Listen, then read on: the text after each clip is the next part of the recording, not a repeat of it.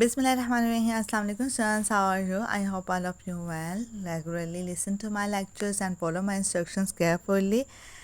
So, class 7, open your notebooks and revise with me.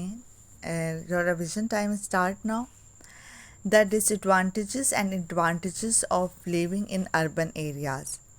So advantages कौन कौन से फ़ायदे आपको होते हैं शहरी ज़िंदगी में रहने के, ठीक है, अर्बन जो है हमारे सेटलमेंट्स में. First, better education you can see it is available in the urban settlements. बहुत से ऐसे जो हैं पॉइंट्स आपको मैं आज डिस्क्राइब करूँगी, ये भी आप अपने कॉपीज़ में इंक्लूड कर सकते हो, ठीक है. और अपने जो आप एग्ज़ाम्स होंगे उसके अंदर ये पॉइंट्स आप ज़रूर लिख सकते हो. इट्स ओके, आपको लिखने का भी हक़ है कि आप न्यू डेवलपमेंट्स, न्यू चीज़ें इंडिकेट करें. तो थोड़ा सा ये था कि ये मॉडिफाई मैंने किया तो मुझे ये न्यू चीज़ मिली, ताकि मैं आपको ये एक पॉइंट आपकी कॉपी में राइट नहीं है तो मैंने कहा कि मैं आपको बता दूं, ठीक है. Next one is better quality of roads, parks, shopping centers, well building houses. You can different pictures in these slides. Next one is better healthcare services. Proper healthcare facilities are available in cities. So you can see the better healthcare, ठीक है, healthcare services in the big cities, and in the big cities, big hospitals are available in urban areas. So good network connections, have a lot of public transports. Transport facilities are advanced and highly developed. Have a lot of entertainments. And next one is green agenda. Green agenda, the primary concern of the green agenda का मतलब होता है कि माहौल को खूबसूरत बनाने के लिए ग्रीन एजेंडा क्या कुछ काम करते हैं.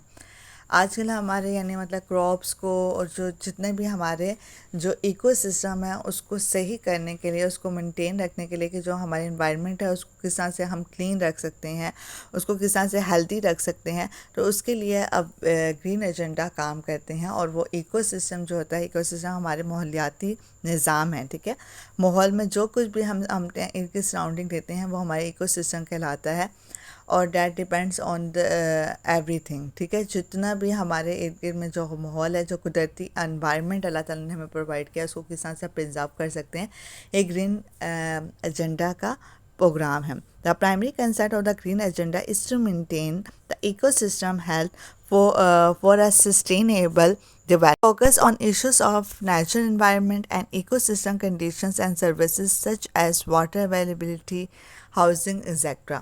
Next one is disadvantages of urban settlements. और इसके क्या जो हैं वो फ़ायदे नहीं हैं वो अब हम देखते हैं. High cost of living. Urban areas tend to more expensive to live in. Houses are more impact in urban areas. यानी बहुत ज़्यादा जो अर्बन एरियाज़ में जो है घर होते हैं, रिहाइश जहाँ पे भी living of the human beings होते हैं, वो बहुत ज़्यादा एक्सपेंसिव होती हैं, ठीक है. Next one is traffic jam. Problems of air pollution is common in the cities. So second point we have to discuss the traffic jam. Problems of traffic congestions in cities. Next, noise pollution is also caused by the traffics and environmental developments. Next one is higher crime rate. Higher crime rate भी आपके जो हैं वो इससे जैसे होती हैं जो आपके अर्बन सेटलमेंट्स होते हैं. Next one is pollution.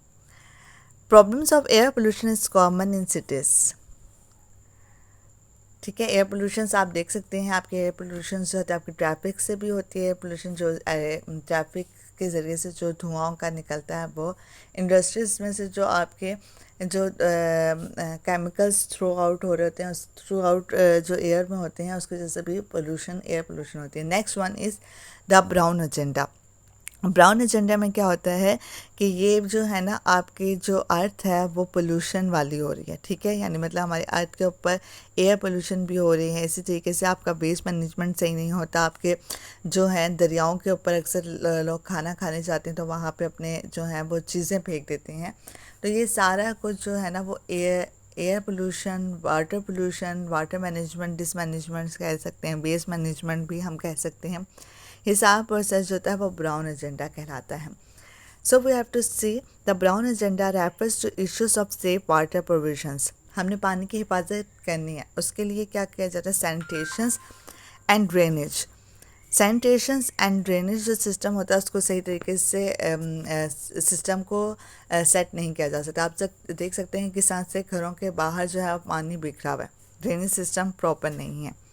Solid and waste management and air pollution, including uncontrolled emissions of toxic material।